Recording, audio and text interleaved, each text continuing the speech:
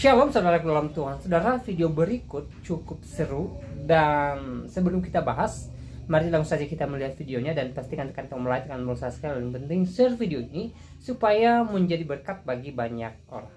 Yang dikatakan oleh pendeta Manurung itu tidak salah, itu loh. Kalau seumpama pendeta Manurung itu selalu mengaitkan dengan keoriginalan atau keaslian sejarah, itu kan. Bapak Ali ini saya nggak tahu, dari tadi selalu mengaburkan tentang teks, dan dengan Bapak siapa ini, Mas Ud, saya ragu Bapak moderator, bahwasanya orang Islam menurut hemat saya itu kalahnya di sini. Oke, nama saya Marhen. Siapa? Marhen. Marhen. Iya. Oke, iya. Selamat sore. Sore juga. Assalamualaikum Ya. warahmatullahi wabarakatuh. Kenapa nggak ngucapkan assalamualaikum? Sama saja. Oh, Iya. sama saja ya. Sore sama assalamualaikum sama aja. Ini Islam apa Islam ini? Ya, terserah Anda yang menilai itu. Ini Pak ya, moderator. Loh, Anda itu tanya sama saya atau tanya pembicara? Bentar. Dari awal saya mengikuti kajian ini itu tidak sistematis, itu kan. Tidak sistematis.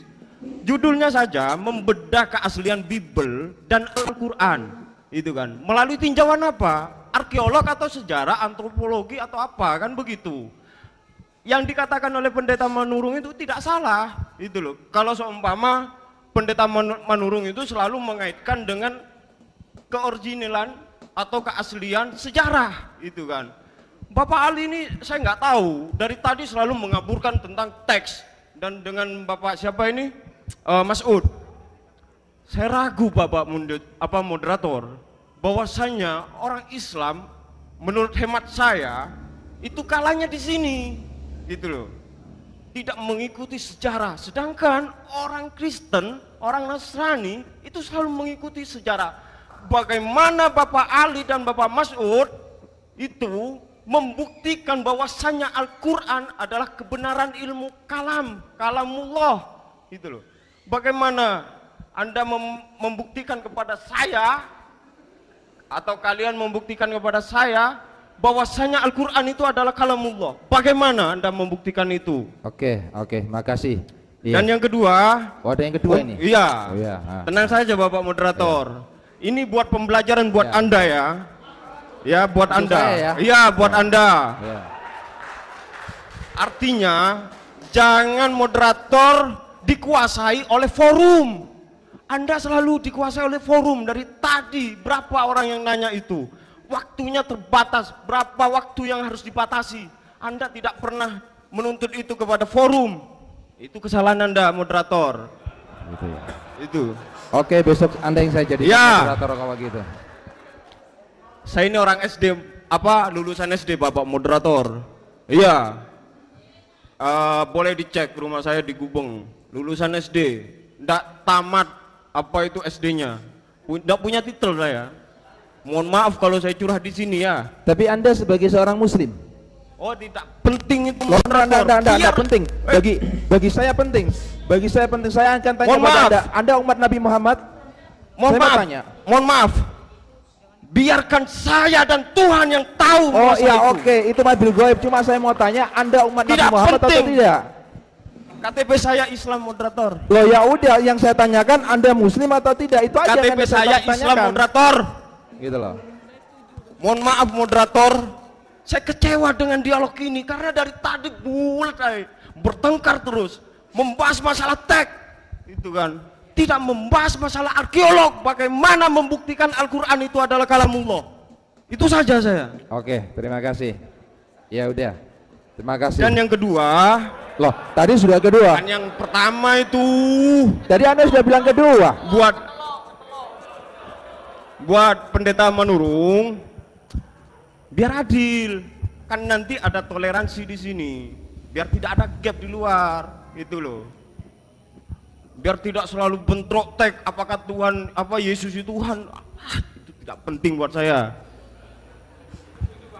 Nah, yang kedua, buat pendeta Manurung, bagaimana pendeta membuktikan kebenaran Bible itu kepada kaum Yesus atau hamba-hambanya Yesus atau domba-dombanya Yesus? Bagaimana menurut kajian arkeolognya ya? Terima kasih. Oke. Saudara-saudaraku diberkati oleh Tuhan, kita telah menyaksikan bagaimana seorang anak muda yang tidak lulus SD ini terlihat marah dengan para ustadz dan juga moderator yang sebenarnya telah mencoba untuk melakukan serangan-serangan daripada perdebatan mereka dengan seorang hamba Tuhan atau pendeta di ruangan itu. Baik, salam Tuhan, di videonya kita sudah simak apa yang dipesankan oleh seorang pemuda muslim di video tadi ya, di dalam ruang lintas agama ya. Mungkin dia menunggu ustadznya membahas tentang Al-Quran dari sisi arkeolog, tapi belum juga dibahas ke sana. Jadi dia tidak terima saudara dalam Tuhan, dan dia mengatakan bahwa kenapa tidak dibahas dari sisi arkeolog.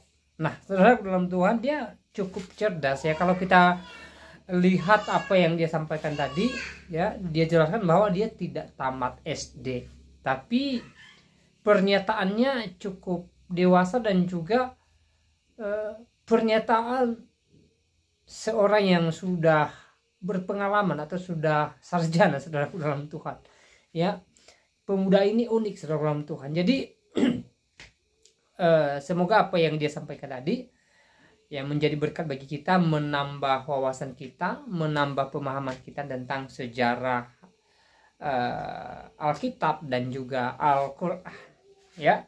Nah, saudara dalam Tuhan, di kesempatan ini ya saya mau pesankan buat kita semua ya, terkhusus buat anak-anak Tuhan, buat orang Kristen, supaya kita tetap bersuka cita ya. Saya tidak tahu seperti apa keadaan saudara hari-hari ini ya. Saya tidak tahu apa yang sedang saudara alami, apa yang sedang saudara hadapi, tapi apapun itu, mari kita tetap bersyukur kepada Tuhan, mari kita tetap berserah kepada Tuhan, dan percaya bahwa Tuhan senantiasa ada bagi kita. Tuhan senantiasa ada menolong saya dan saudara ketika kita berserah kepada Tuhan ya. Saudara, kalau kita melihat satu kisah di dalam Alkitab ya, kisah Musa memimpin bangsa Israel keluar dari tanah Mesir, dan mereka sampai di suatu tempat di mana di depan mereka terbentang laut yang begitu luas, dan di belakang mereka Firaun beserta prajuritnya mengejar bangsa Israel. Nah, saudara dalam Tuhan, dalam hal itu mereka terjepit saudara dalam Tuhan ya. Mundur pun salah, maju pun salah saudara dalam Tuhan. Jadi apa yang dilakukan oleh seorang Musa sebagai pemimpin bangsa Israel waktu itu ya, dia tidak patah semangat ya. Apalagi waktu itu bangsa Israel bersungut-sungut ya. Tapi Musa tetap tegar dan tetap menyerahkan persoalan itu kepada Tuhan. Alkitab mencatat bahwa dia berdoa semalam-malaman, dan akhirnya ya Tuhan sendiri mendatangkan pertolongan bagi bangsa Israel ya. Kita boleh baca di Alkitab, Tuhan membelah laut Teberau, dan di tengah-tengah laut itulah bangsa Israel boleh berjalan melewati laut, dan akhirnya mereka selamat dari kejaran Firaun dan prajuritnya ya. Artinya bahwa ketika Musa tetap tegar dalam menghadapi persoalan dan dia serahkan persoalan kepada Tuhan, maka di waktunya Tuhan ada buat Musa dan bangsa Israel ya. Walaupun bangsa Israel bersungut-sungut, tetapi Tuhan mendengarkan doa dari seorang Musa ya, karena memang Tuhanlah yang merencanakan bangsa Israel keluar dari tanah Mesir.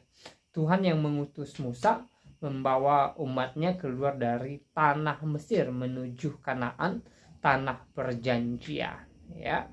Dan kita boleh melihat bagaimana nyatanya pertolongan Tuhan tidak terlambat bagi bangsa Israel ya, sehingga mereka bebas dari kejaran Firaun dan seluruh prajuritnya. Ya.